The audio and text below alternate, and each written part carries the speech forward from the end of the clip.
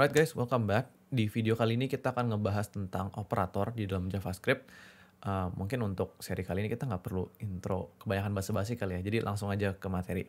Anyways, operator di dalam JavaScript itu sebenarnya ada beberapa jenis ya. Cuma gue akan introduce dua dulu yang paling gampang untuk kalian bisa pahami. Yang pertama namanya arithmetic operator, yang kedua namanya comparison operator. Nah, gunanya apa sih? Arithmetic operator seperti yang kalian bisa lihat di sini, dia itu gunanya untuk melakukan operasi matematika. Jadi ada tambah, kurang, kali, bagi, dan seterusnya. Nah, kalau comparison operator itu biasanya untuk membandingkan satu value dengan value yang lain. Kayak value-nya sama atau enggak, tipe datanya sama atau enggak, mana yang lebih besar, mana yang lebih kecil, dan seterusnya.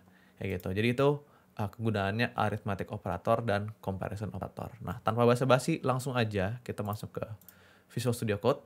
Di sini gue udah bikin satu file namanya operators.js. Lo bisa ikutin juga, bisa bikin nama file yang sama atau enggak. Nah, pertama mungkin kita bisa bikin satu variabel kayak gini. Const A misalkan sama dengan 3. Habis itu kita bikin const B sama dengan 5. Nah, ini kita coba arithmetic dulu ya. Arithmetic operators. Gini. Ya, ini rada balik ke zamannya SD kali ya, kita belajar tentang aljabar, ini mirip banget nih materinya. Jadi misalkan gini, A itu kan value-nya 3, B itu value-nya 5, dan tipe datanya mereka sama-sama number ya. Nah, di sini kita bisa lihat apa yang terjadi kalau kita menggunakan operator plus, arithmetic operator plus, kepada A dan B. Misalkan kita console log A plus B kayak gini, kita jalanin. Oke, seperti biasa kita open in integrated terminal.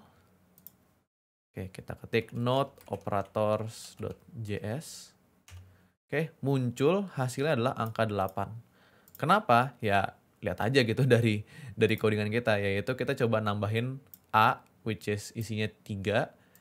Kita pakai operator matematika plus.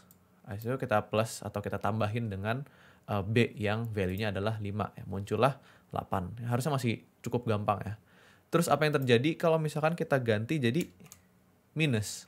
Oke, kita lihat ada juga ya arithmetic operator minus di sini. Oke, atau bahasa Inggrisnya subtract.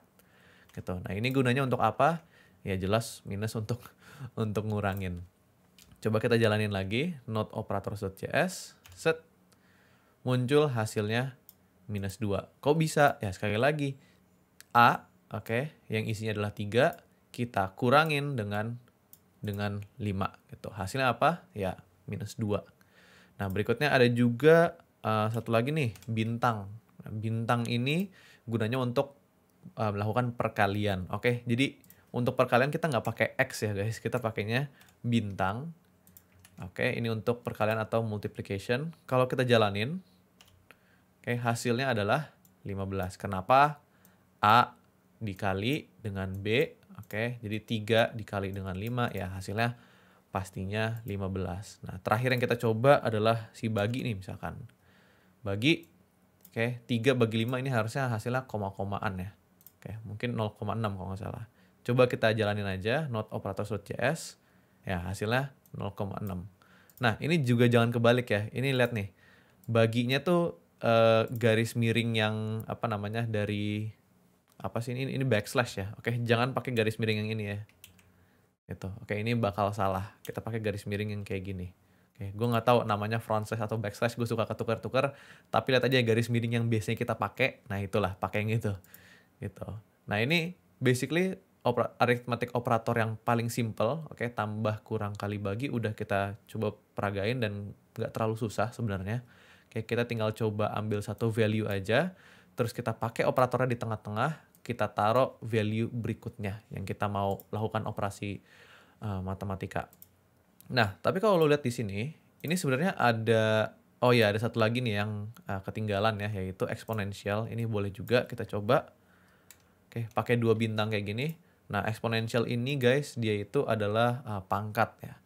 Berarti kalau A eksponensial B, ini artinya A pangkat B. Berarti 3 pangkat 5. Gue juga nggak tahu nih hasilnya berapa. Kita coba tes aja. Hasilnya 243. Ini silahkan cek sendiri di kalkulator. Nah, anyways, lanjut. kalau lu lihat di sini, ini ada dua operator yang agak aneh bentuknya. Ada plus plus dan min min. Nah, yang plus plus ini namanya increment, oke, bukan pidget plus plus. Nah, kalau min min ini namanya decrement. Apa sih artinya increment dan decrement? Increment itu artinya nambah satu, decrement itu artinya ngurang satu. Sebenarnya not necessarily satu, tapi intinya kalau increment itu artinya nambah, decrement itu artinya ngurang. Nah, kayak gimana cara pakainya? Cara pakainya gini. Misalkan kita punya variabel, oke, A ya, isinya itu kan 3, ya kan? Nah, misalkan A ini kita mau decrement atau kita mau kurangin satu. Nah, kita pakai operator decrement ini yang apa namanya operatornya tuh min-min simbolnya. Oke, kita panggil si variabelnya, terus kita kasih min-min kayak gini. Nah, ini hasilnya kalau kita konsol log A doang, oke, hasilnya adalah,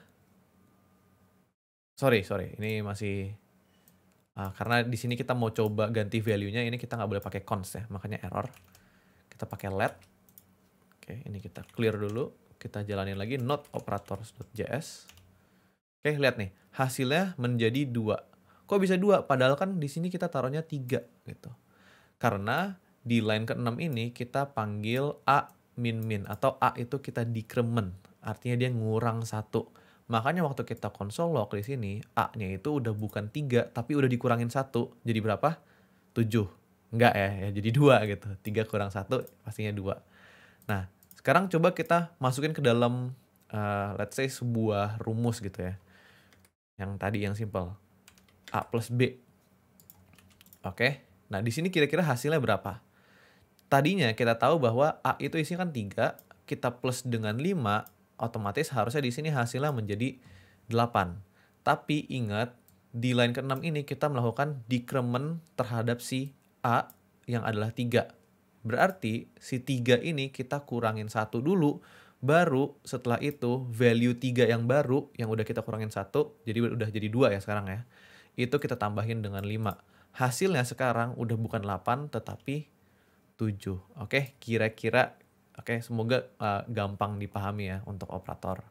Untuk operator ini dan flow programnya gitu. Ini masih belum terlalu ribet. Nah, ini bisa terjadi juga kalau misalkan kita pakai plus plus. Oke, A ini kita plus plus atau kita increment 1. Dari value-nya 3 kita plus plus otomatis value-nya menjadi 4. Sehingga waktu kita panggil A plus B di sini, udah bukan 3 tambah 5 lagi, tetapi udah 4 tambah 5, yang otomatis hasilnya adalah 9. Oh ya, by the way guys, ini pro tip ya. Ini kalau kalian mau jalanin program kan biasanya gini ya, kita klik kanan, open in integrated terminal, terus kita node nama filenya ya, operators.js gitu. Tapi kalau kalian notice, kalau semakin banyak lo klik kanan, open in integrated terminal, di sebelah kanan nih makin banyak makin banyak session terminalnya. Jadi kayak tabnya tuh makin banyak gitu. Nah, ini sebenarnya nggak terlalu efek, tapi mungkin kalau misalnya device kalian nggak terlalu kuat bisa bikin jadi lemot. Jadi ini kalau misalnya udah nggak dipakai, klik yang tanda ini aja, tanda tempat sampah untuk ngekill atau untuk ngedelete terminal sessionnya. Gitu. Nah, ini coba kita jalanin sekali lagi, node operators.js. Oke, muncul hasilnya 9. Oke, nggak terlalu susah lah ya untuk arithmetic operator. Kira-kira sifatnya gitu, cuma nambah, kurang, kali, bagi, terus ada pangkat, ada increment sama decrement. Oke, dan jangan lupa guys, kalau kita mau increment atau decrement sebuah variabel, itu kita nggak boleh pakai const, tapi bolehnya pakai let atau var. Oke, tapi gue rekomennya pakai let aja. Kenapa? Karena ingat di video sebelumnya, const itu untuk variabel yang value-nya adalah konstan atau nggak boleh berubah-berubah, sama seperti cintaku padamu. Oke, kayak gitu guys, kira-kira untuk arithmetic operators. Gampang ya, gampang. Oke, sorry banget ini sebelum kita lanjut ke comparison operators, ada satu arithmetic operator yang gue kelupaan untuk untuk gue jelasin juga. Oke, namanya modulus. Oke, dia itu operatornya pakai simbol persen kayak gini. Nah, modulus ini kegunaannya itu bukan untuk ngasih kayak persentase ya, bukan ya. Modulus ini gunanya untuk mendapatkan sisa bagi antar dua value. Contohnya gini, kita punya B dan A, oke, 5 dan 3 gitu. Misalkan B kita modulus dengan A. Oke, artinya kita mau mendapatkan sisa bagi antara B dengan A. Atau ketika B dibagi dengan A. 5 dibagi dengan 3. Nah, seperti yang kita tahu, 3 itu nggak bisa membagi habis si 5. Pasti ada sisanya, which is 5 bagi 3, 2 ya. Sorry, matematika gue rada goblok. Nah, 5 dibagi habis dengan 3, otomatis sisanya itu ada 2. Nah, modulus itu gunanya untuk mendapatkan sisa bagi tersebut. Jadi kalau kita jalanin, harusnya ini muncul 1. Kenapa 1? Oh ya, sorry. Karena masih ada A++. Oke, coba sekarang muncul 2 gitu. Kenapa? Karena 5 dibagi dengan 3 itu sisa 2. Contoh lain, misalkan kita ganti 5 jadi berapa ya? 7 gitu. Nah, 7 kalau dibagi dengan 3 itu sisanya adalah 1. Otomatis sekarang hasilnya adalah 1 ketika 7 dimodulus dengan 3. Contoh lain, kalau misalkan B-nya itu kita ganti jadi 12. Oke, 12 modulus 3. Artinya 12 mau dapetin sisa bagi dari 12 dibagi 3 gitu kan. Hasilnya pasti 0. Kenapa? Karena 3 itu bisa atau mampu membagi habis si 12. Gitu. Jadi di sini kalau kita jalanin hasilnya adalah 0. Oke, kira-kira kayak gitu untuk modulus. Nanti kita akan lihat kayak praktikalnya tuh gunanya modulus tuh apaan. Tapi sementara ini pemahamannya itu dulu. Yaitu modulus gunanya adalah untuk mendapatkan sisa bagi antar dua value. Kalau mau dibagi. Kira-kira kayak gitu. Oke, sekarang kita lanjut ke comparison operators. Oke, comparison operators. Nah, comparison operator seperti yang gue udah bilang tadi di awal, ini kegunaannya untuk membandingkan satu value dengan value yang lain. Oke, kita ada beberapa di sini. Ada shallow equal, ada strict equal, oke, untuk menentukan value itu sama atau tidak. Ada not untuk ngebalik kondisinya, nanti kita akan bahas lebih lanjut. Ada greater than atau lebih besar, ada lebih besar sama dengan, ada lebih kecil sama dengan. Oke, kira-kira kayak gitu. Ini materi sebenarnya kayak banyak yang udah ke cover di topik matematika dasar sih sebenarnya. Tapi nggak apa-apa, kita lanjut. Kita bahas lagi aja. Oke, misalkan sekarang kita punya variabel X ya, yang isinya adalah 10 gitu. Lalu kita punya variabel Y, yang isinya mungkin 13 kayak gini. Nah, sekarang kita coba menggunakan comparison operator. Oke, kita console log X sama dengan Y. Nah, notice di sini ada 2 sama dengannya. Jangan cuma 1 sama dengannya. Karena kalau misalnya kita pakai 1 sama dengan doang, itu jadinya apa? Assignment ya. Oke, sama yang kayak kita bahas di video sebelumnya. Oke, untuk ngebuat sebuah variabel atau untuk ngasih value kepada sebuah variabel. Oke, jadi pakai 2, jangan pakai 1 sama dengan. Nah, 2 sama dengan ini, dia itu namanya shallow equal. Yang artinya dia akan ngecek value-nya aja. Oke, tapi tidak dengan tipe data. Nanti kita akan bahas lebih lanjut apa sih artinya. Contohnya di sini kita punya 10 dan 13. Kita mau ngecek 10 itu sama dengan 13 atau tidak. Gitu. Nah, kalau kita jalanin, yang muncul adalah tipe data apa ini? Kalau kalian notice, boolean. Oke, yang muncul adalah false. Oke, jadi kita bisa simpulkan dulu sampai saat ini bahwa comparison operator itu akan menghasilkan sebuah tipe data boolean. Oke, true atau false. Jadi kalau comparisonnya itu benar, dia akan menghasilkan true. Kalau comparisonnya salah, dia akan menghasilkan false. Sekarang kita bikin case yang benar, ya kan? Sama-sama 10 nih ya. Oke. Hasilnya adalah ya boolean true. Kenapa? Karena ya 10 itu sama dengan 10. Nah, terus sekarang kita coba yang strict equal, yang sama dengannya ada 3. Oke, kalau kita lihat hasilnya sama aja tetap true. Loh, apa dong yang membedakan 2 sama dengan dan 3 sama dengan? Apa yang membedakan shallow equal dengan strict atau deep equal? Bedanya di sini, guys. Kalau shallow equal, dia hanya ngecek value di sininya. Oke. Kalau strict equal, dia itu ngecek tipe datanya juga. Oke, contohnya di sini, Y itu, oke, kita kasih value string 10. Kayak gini. Oke, barusan ada yang masuk kamar gue. Nggak tahu tuh kedengeran atau nggak pintunya. Oke, tapi anyway, X itu kita lihat tipe datanya adalah number, Y itu adalah sebuah string. Tapi value di dalamnya sama-sama 10. Bedanya yang satu 10 number, yang satu 10 string. Nah, kalau kita pakai shallow equal guys, lihat nih ya, hasilnya adalah tetap true. Kenapa? Karena dia hanya ngecek dalamnya, yaitu value-nya, which is 10. 10 sama dengan 10 atau enggak?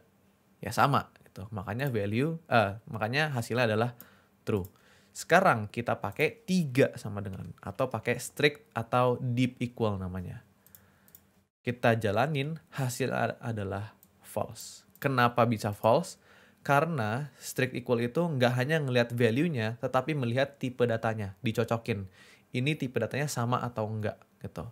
Jadi selain 10 yang diperiksa sama dia juga ngecek tipe datanya. Yang ini number, yang ini ternyata string, kayak gitu. Oh, berarti mereka tidak sama. Oke, jadi itu perbedaannya 2 sama dengan atau shallow equal dengan 3 sama dengan atau strict atau deep equal. Oke, kira-kira seperti itu. Nah, sebenarnya yang susah itu doang. Sisanya cukup gampang. Kalau not mungkin nanti kita akan bahas lebih lanjut. Greater than, less than ini ya sama kayak matematika dasar ya. Kita hapus dulu. Kita ganti lagi value-nya ke semula. Y kita ganti jadi 13.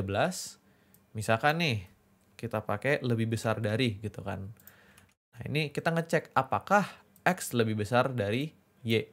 X itu kan 10, Y itu 13. Otomatis ini pernyataan yang salah gitu. Jadi ini, ntar gue clear dulu. Jadi ini kalau kita jalanin akan menghasilkan boolean false. Kenapa? Karena pernyataan ini atau comparison ini itu salah gitu. Karena X itu kan 10, dia itu tidak lebih besar dari 13. Nah, kalau misalkan Y kita ganti jadi 10, hasilnya tetap false. Kenapa? Karena X itu 10 tidak lebih besar dari Y. 10 juga. Oke. Kenapa? Ya karena 10 dengan 10 itu sama. Nggak ada yang lebih besar, nggak ada yang lebih kecil. Tapi sekarang kalau kita tambahin sama dengan ya, kita pakai greater than equals nih ya. Oke. Kita kasih sama dengan kayak gini. Nah, ini dia baru bisa melakukan comparison yang agak beda dikit. Dia nggak hanya ngecek apakah dia lebih besar, tapi dia juga ngecek apakah dia sama dengan value-nya. Oke, menghasilkan true. Oke, literally ini kayak matematika kita zaman SD gitu. Kalau lebih besar dia hanya ngecek ya value ini lebih besar atau enggak. Kalau pakein sama dengan satu kayak gini, dia ngecek juga si value ini lebih besar atau sama dengan. Nah, ini juga berlaku kalau kita balik ya. Kita pakai lebih kecil. Misalkan kita ganti ini ya, 10 lebih kecil dari 13. Oke, pastinya hasilnya adalah true gitu.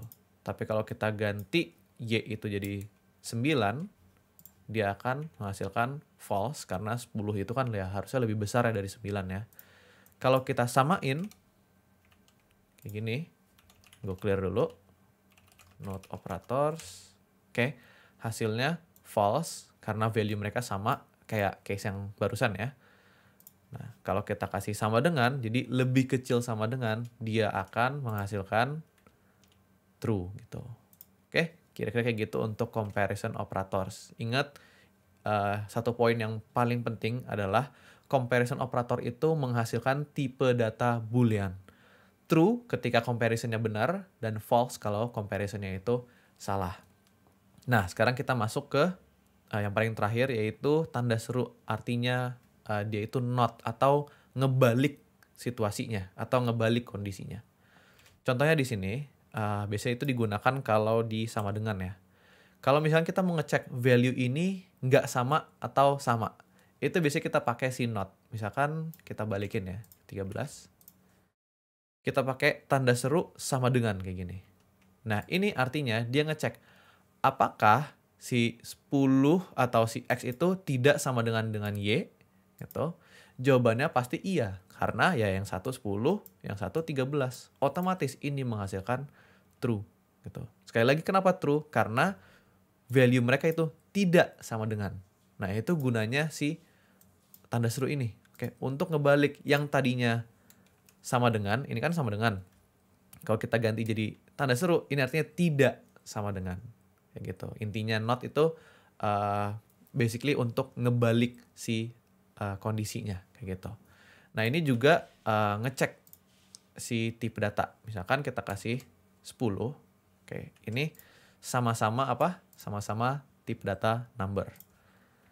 Oke, kalau kita jalanin hasilnya false. Kenapa false? Ya karena X atau 10 itu dengan Y yang 10 number juga, ya mereka itu sama. Jadi mereka itu tidak sama dengan. Tidak sama dengan. Oke, semoga nggak pusing. Mereka itu sama dengan, bukan tidak sama dengan. Makanya hasilnya adalah false. Nah, kalau kita ganti Y menjadi string 10,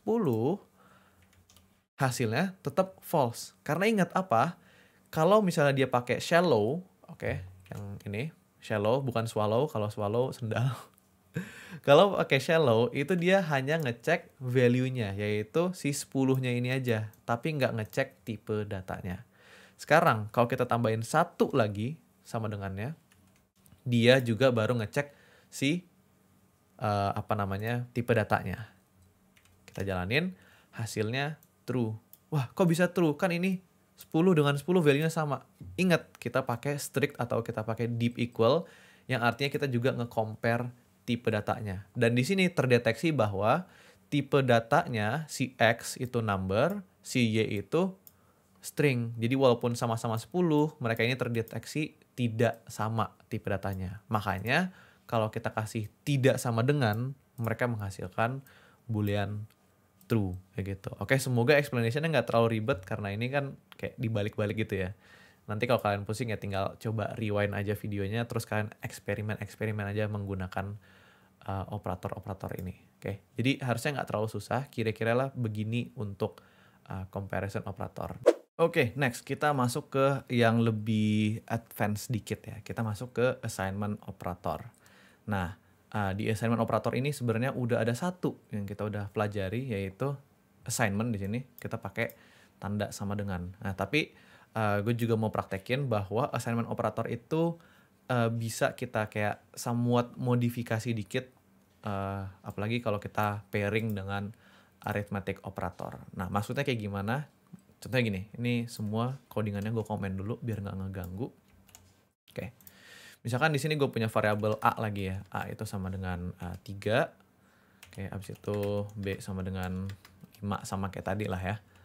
Nah, assignment operator itu guys, itu dia itu menggabungkan arithmetic operator dengan assignment, yaitu sama dengan gitu. Kan kalau misalkan kita gini, misalkan kita punya variabel A-nya itu kan 3, kita tambahin dengan 1. Kalau kita konsol log di sini, si A, oke, not operators, oke, hasilnya tetap 3. Loh, kok bisa? Kan di sini kan udah kita tambahin 1. Ya iya, kita tambahin 1 kepada si A, tetapi kan kita nggak isi variabel A dengan value ini. Oke, jadi kalau kita mau nambahin A dengan 1, ya kita harus bikinnya kayak gini. A sama dengan A tambah 1. Yang artinya apa? Artinya kita nge-reassign sebuah value kepada si A. Isinya adalah A yang dulu, yaitu 3, ditambahin dengan 1. Nah, itu kita tambahin tuh, udah jadi 4. Baru kita masukin ke dalam si variabel A. Nah, kalau kayak gini, hasilnya baru menjadi, belum di save, jadi 4. Kayak gitu. Oke, semoga itu make sense ya. Nah, cuma si JavaScript itu punya sebuah kayak semacam shortcut. Jadi misalkan nih, kalau kita case-nya mau tambahin dengan 3 deh, 3 lagi gitu. Ini kan harusnya munculnya 6 ya. Oke, kita bisa persingkat sintaks ini, bukan jadi A sama dengan A tambah 3 lagi, tapi kita bisa persingkat dengan ini, plus sama dengan. Oke, plus sama dengan yang kayak gini nih bentuknya, itu basically sama. Oke. Jadi A plus sama dengan 3 itu sama seperti A sama dengan A plus 3. Cuma cara ngetiknya lebih singkat aja. Nih kalau kalian lihat, hasilnya tetap 6. Ganti jadi 5. Boleh. Jadi A yang dulu yaitu 3 ditambahin dengan 5. Ingat pakai plus sama dengan. Oke, 8. Ini bisa kita gunakan operator aritmetik yang lain, misalkan minus gitu. 3 minus sama dengan 5 artinya dia menjadi sekarang minus 2. Atau bahkan 5-nya kita ganti dengan variabel B. Boleh juga, kan dia isinya sama-sama number. Kayak misalkan kali ini kita pakai kali gitu. Kali sama dengan, artinya si A ini nanti value-nya berubah menjadi 3 kali 5, 15. Oke, udah berubah menjadi 15. Jadi ingat, kalau kita mau ngeganti isi sebuah variabel, itu nggak boleh kita kayak cuma A plus 3. Kayak gini. Nggak boleh kayak gini. Tapi harus kita reassign lagi si A menjadi A plus 3. Oke, kira-kira seperti itu. Nah, khusus untuk arithmetic operator yang arithmetic operation yang simple seperti ini, bisa kita persingkat menggunakan sintaks seperti gini. Plus sama dengan 3 kayak gitu. Tetapi adakah perbedaan dengan yang contoh di atas ini? Oke, apakah ada perbedaan? Nggak ada. Cuma cara nulisnya lebih simple aja. Oke, kira-kira kayak gitu. Kalian boleh silakan bereksperimen menggunakan arithmetic operator yang lainnya. Oke, kira-kira gitu untuk assignment operators. Nah, sekarang yang terakhir gue mau ngebahas tentang konkatenator. Nah, konkatenator ini apa sih? Nah, dia ini adalah sebuah operator yang menggabungkan. Oke, jadi bukan menjumlahkan, tetapi menggabungkan. Nah, kenapa tadi barusan gue sebutnya menjumlahkan? Karena operator ini sama-sama menggunakan simbol plus. Oke, tapi kapan atau gimana cara kita menggunakan si konkatenator ini? Oke, atau gue sebutnya penggabung lah ya, biar nggak terlalu ribet. Ini biasanya kita pakai ketika kita mau gabungin sebuah string dengan string lainnya atau sebuah string dengan number. Contohnya gini, misalkan gue punya variable first name. Gue isi nama gue Theo gitu kan. Habis itu ada kayak greeting. Isinya adalah hello, spasi kayak gini. Nah, gue bisa bikin kayak gini. Oke, kita console log greetings plus first name. Kayak gini. Kalau lu notice di sini, ini gue pakai plus, oke, yang harusnya adalah sebuah arithmetic operator. Tapi kalau tanda plus ini ketemu dengan string, dia bukan menjadi arithmetic operator lagi, melainkan sudah menjadi konkatenator atau sebuah penggabung. Nah, hasilnya adalah salah. Ini kita open ini integrated terminal node operators.js, muncul hasilnya gini, hello, Theo. Kenapa bisa kayak gini? Karena kita menggabungkan dua string ini. Oke, greetings dengan first name kita gabungkan menggunakan simbol plus atau operator penggabung, konkatenator. Nah, sekarang gue mau jelasin ini ada satu hal yang agak tricky, yaitu sifatnya antara number dengan string. Contoh misalkan kita punya gini, let x gitu ya sama dengan 5 kan ya. Let y sama dengan 10 misalkan. Nah, ini kalau kita konsolok nih ya. X plus y. Ini kan hasilnya ya pastinya 15 gitu kan. Kan 5 kita tambahin dengan 10. Tapi kalau misalkan salah satu aja, contohnya si 5 ini, kita ganti. Udah bukan jadi number, tapi jadi string. Hasilnya kira-kira apa? Nih, gue kasih waktu untuk berpikir, kayak Dora. Oke, hasilnya si 5 ini udah ketika dia ketemu dengan plus, si plusnya itu udah bukan jadi penjumlah atau bukan jadi arithmetic operator lagi, tapi udah berubah menjadi konkatenator. Yang artinya dia bukan akan ngejumlahin, tapi dia malah ngegabungin 5 dengan 10. Hasilnya 510. Tapi kalau lu lihat di sini, lihat ini warnanya agak abu-abu, yang ini kuning. Kenapa? Karena di sini tipe datanya udah berubah, bukan number lagi, tapi udah berubah menjadi sebuah string. Oke, jadi satu hal yang lo perlu take note, khusus untuk simbol plus atau tanda tambah, ketika dia ketemu sama string satu aja, dia itu udah bukan berubah menjadi, bukan lagi sebuah arithmetic operator, tapi udah berubah menjadi sebuah konkatenator. Ini juga berlaku kalau misalkan dua-duanya string kayak gini. Oke. 5, 10 sama-sama string. Hasilnya ya 510. Kira-kira kayak gitu. Nah, misalkan nih, ini bikin bingung lagi nih tapi nih. Let Z lagi. Z misalkan 3 gitu ya. Kalau kita X plus Y plus Z, di mana Y-nya itu kita balikin menjadi sebuah number. Oke, hasilnya kira-kira apa? Silakan mikir dulu. Oke, hasilnya 5103. Kayak gini. Tapi kalau misalkan 5-nya kita jadiin number, 3-nya kita jadiin string, lihat nih, ini hasil yang aneh nih. Hasilnya 153. Oke. Loh, kok bisa? Kenapa enggak 1053? Oke. Katanya si konkatenator kalau misalnya ketemu string, si tanda tambah ketemu string jadi konkatenator, udah nggak nambahin lagi. Ini kok si X sama Y atau si 5 dan 10 jadi 15? Gitu. Jawaban adalah teman-teman, karena X dan Y ini mereka itu sama-sama number. Jadi di dalam case-nya si X, Y ini, plus ini masih sebuah arithmetic operator. Kayak gitu. Nah, di sini udah jadi 15 kan? Oke, 15 number nih. Pas dia ketemu dengan Z, yaitu sebuah string, barulah si plus ini bukan jadi arithmetic operator lagi, tapi udah jadi konkatenator. Makanya hasilnya adalah 153. Kira-kira seperti itu. Gue bikin kalian lebih pusing lagi. Oke. Sekarang kita bukan console log pakai plus lagi. Sekarang X, yaitu 5, kita kurangin dengan Z. Kalau lo lihat, Z itu ingat tipe datanya apa?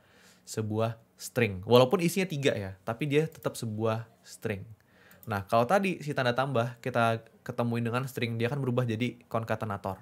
Pas dia ketemu dengan minus, maksudnya kalau minus ketemu dengan string, dia tetap menjadi arithmetic operator. Tetap 5 dikurangin dengan 3. Si 3 ini, walaupun string, dianggap tetap sebuah number. Sekarang kita ganti, pakai kali. Hasilnya apa? Hasilnya 15. Oke, mau ganti lagi, jadi misalkan apa bagi gitu. Tetap dia akan di-treat sebagai number. Jadi, kesimpulannya adalah, khusus untuk tanda tambah, tanda plus, dia akan berubah menjadi konkatenator ketika ketemu string. Untuk arithmetic operator yang lain, kalau dia ketemu dengan string, isinya adalah sebuah angka, dia akan nge-treat dia sebagai bukan string tetapi tetap sebuah number. Jadi sekali lagi, yang akan berubah sifatnya itu hanya si tanda plus. Tanda operator aritmetik lainnya itu nggak akan berubah sifatnya kalau ketemu dengan si string. Kecuali nanti ini stringnya itu kita pakein huruf gitu. Nah ini kan nggak mungkin ya, 5 dibagi dengan A. A itu apaan? Kan kita nggak tahu. Nah ini hasilnya adalah none. Oke, none itu singkatan dari not a number. Atau artinya kita mencoba untuk melakukan operasi matematika kepada sebuah value yang bukan number, which is si string A ini. Oke, kira-kira kayak gitu. Semoga nggak terlalu bikin kalian bingung ya, khususnya untuk konkatenator ini. Karena ini emang sifat yang agak aneh ya di JavaScript. Di bahasa lain sebenarnya nggak boleh kayak gini. Gitu. Cuma kayaknya khusus JavaScript sama Python deh, kayaknya mirip-mirip kayak gini.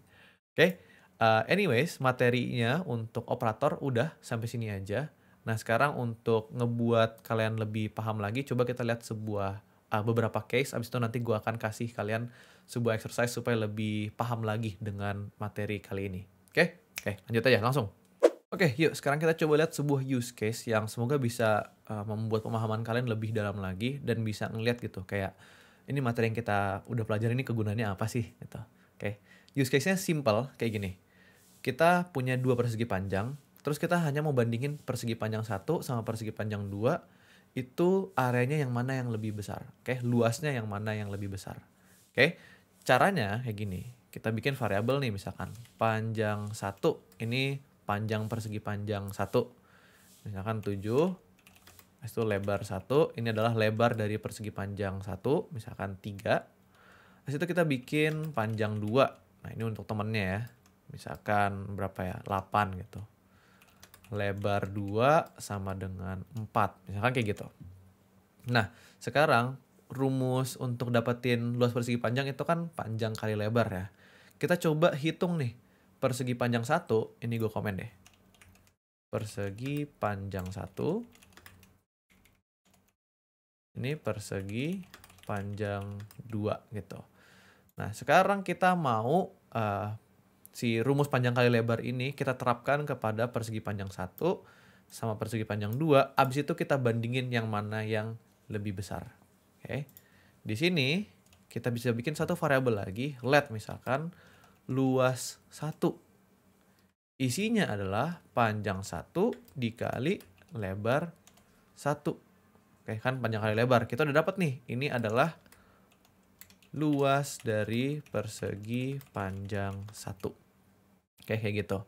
Sekarang kita bikin hal yang sama untuk persegi panjang 2. Kita bikin luas 2 sama dengan panjang 2 dikali dengan lebar 2. Ini kita dapat luas dari persegi panjang 2. Kayak gini. Habis itu kita bandingkan console.log. Kita misalkan ngecek apakah 1 itu lebih besar daripada si 2. Jadi kita tinggal bandingkan 1 lebih besar dari si 2. Nah, sekarang kalau kita jalanin. Oke, salah. Ini kita klik kanan. Oke, node operator.js. Oh, ternyata false. Ternyata luas 1 itu tidak lebih besar daripada luas 2. Nah, sekarang misalkan kita mau tampilkan lagi nih, lebih lanjut informasinya. Sekarang kan kita nggak tahu nih, luas 1 tuh berapa, luas 2 berapa. Kita bisa bikin kayak gini. Console.log luas 1. Ini tinggal kita copy paste. Luas 2. Oke. Kita jalanin. Oh, muncul 2132. Tapi kan kayak rada kurang informatif gitu ya di dalam terminalnya. Kayak 21 tuh apa, 32 tuh apa. Kan hanya kita penulis program yang tahu jadinya. Nah, sekarang kita coba tampilkan nih message yang lebih jelas lah gitu. Misalkan gini, jangan cuma tampilin luas 1, tapi kita kasih message. Kita kasih string luas persegi panjang 1.2 spasi. Kita kasih plus yang akan menjadi sebuah arithmetic operator. Bukan ya, tapi menjadi sebuah konkatenator. Kenapa? Karena di sini dia ketemu sebuah string. Kita concatenate atau kita gabungkan dengan luas 1. Habis itu kita lakukan hal yang sama untuk yang di bawah. Luas persegi panjang 2 plus luas 2 kayak gini. Nah, sekarang muncul kayak gini. Luas persegi panjang 1, luas persegi panjang 2 berapa? Kayak gitu. Mungkin message terakhirnya kita mau modifikasi lebih lanjut lagi. Gitu. Kita bisa bikin gini. Apakah persegi panjang 1 lebih besar? Oke, habis itu kita kasih comparison yang tadi di sini. Oke, jadi dia ngasih message dulu, apakah persegi panjang 1 lebih besar? Kita gabungkan dengan luas 1 lebih besar dari luas 2.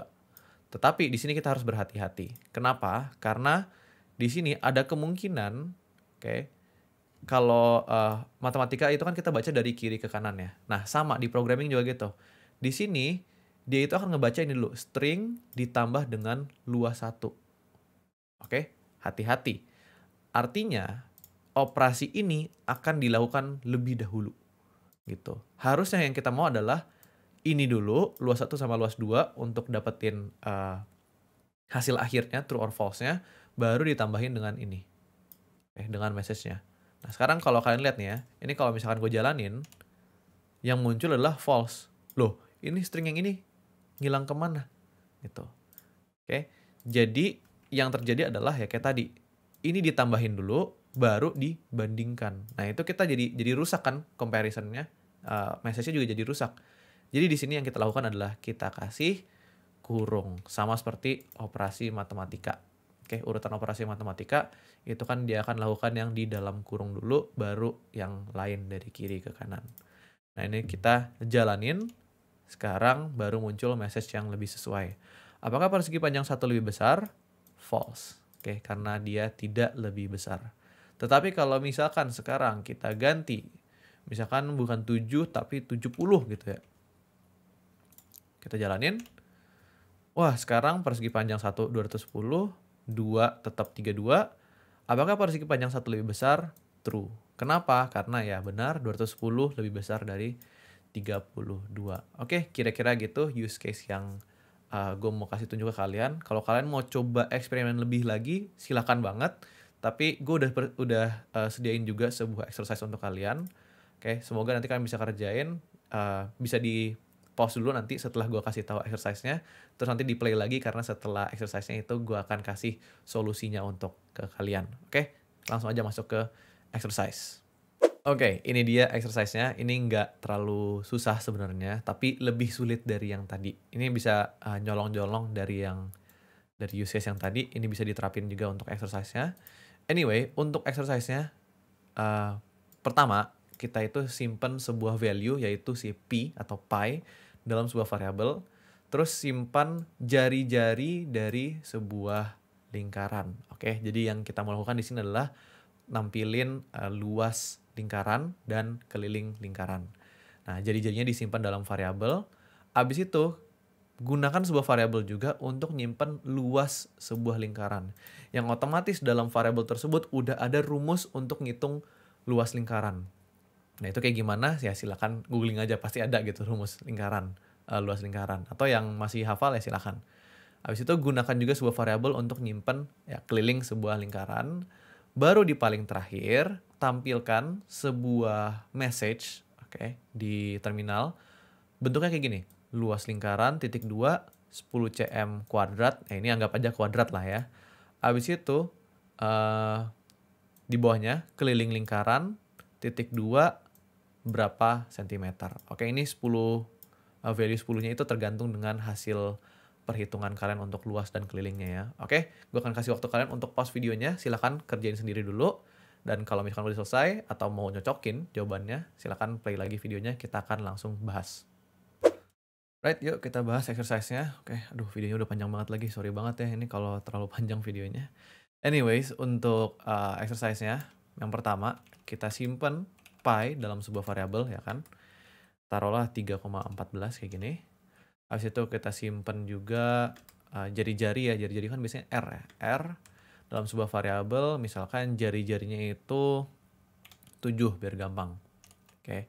Habis itu kita juga mau simpan luas lingkaran dalam sebuah variabel. Yang berarti luas lingkaran misalkan kita bikin sebuah variabelnya namanya luas lingkaran. Isinya adalah rumus dari luas lingkaran, yaitu kalau nggak salah pi r kuadrat ya. Jadi isinya adalah pi dikali dengan r, oke, kali r kayak gini kan, r kuadrat jadi r kali r ya. Atau kalau kalian mau juga, ini bisa kita kasih kurung r pangkat 2 kayak gini juga boleh. Oke, terserah mau pakai cara yang mana. Habis itu kita dapetin keliling ya, keliling sebuah lingkaran. Jadi keliling lingkaran, dia itu rumusnya kalau nggak salah 2 dikali pi dikali r. Kayak 2 pi r. Nah ini udah kita dapetin nih si luas dan keliling lingkarannya. Udah kita simpan juga dalam variabel. Berarti untuk 4 step awal ini udah selesai. Tinggal yang paling terakhir yaitu tampilin message-nya. Nah, cara tampilin message-nya tuh kayak gini.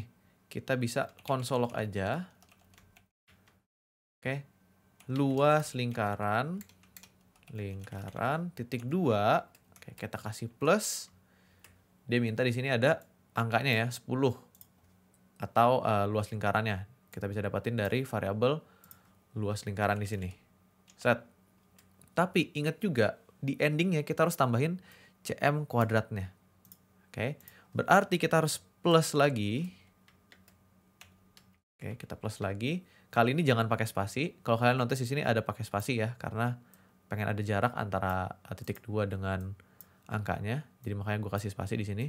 Kalau di sini kita nggak mau pakai spasi, lihat ya, nempel dengan angkanya. Berarti kita langsung plus cm2 gitu. Habis itu yang keliling lingkaran sama. Keliling lingkaran titik 2, kita kasih spasi biar berjarak. Keliling lingkaran, variabelnya kita ambil dari atas ini. Habis itu kita plus CM. Nah, sekarang ini coba kita jalanin ya. Node operators.js muncul gini. Luas lingkaran itu 153, keliling lingkarannya 43,96. Oke, silahkan kalian cocokin dengan hasil kalian kira-kira kayak gimana. R-nya kalau kita ganti juga tetap akan bekerja ya. Misalkan jadi 10. Kita jalanin, nah kira-kira seginilah. Oke, hasil dari luas dan keliling lingkaran kita. Kayak gitu. Oke, thank you guys. Materinya sampai di sini dulu. Semoga bisa bermanfaat untuk kalian. Dan sorry banget ini videonya agak terlalu panjang. Kalau kalian gak suka video panjang seperti ini, kabarin aja di komen. Nanti gue akan coba pecah ke video-video yang lebih kecil kalau kalian lebih prefer seperti itu. Anyway, sekali lagi thank you so much yang udah nonton. Jangan lupa like dan subscribe untuk konten lebih banyak seperti ini. And I'll see you in the next video. Bye-bye.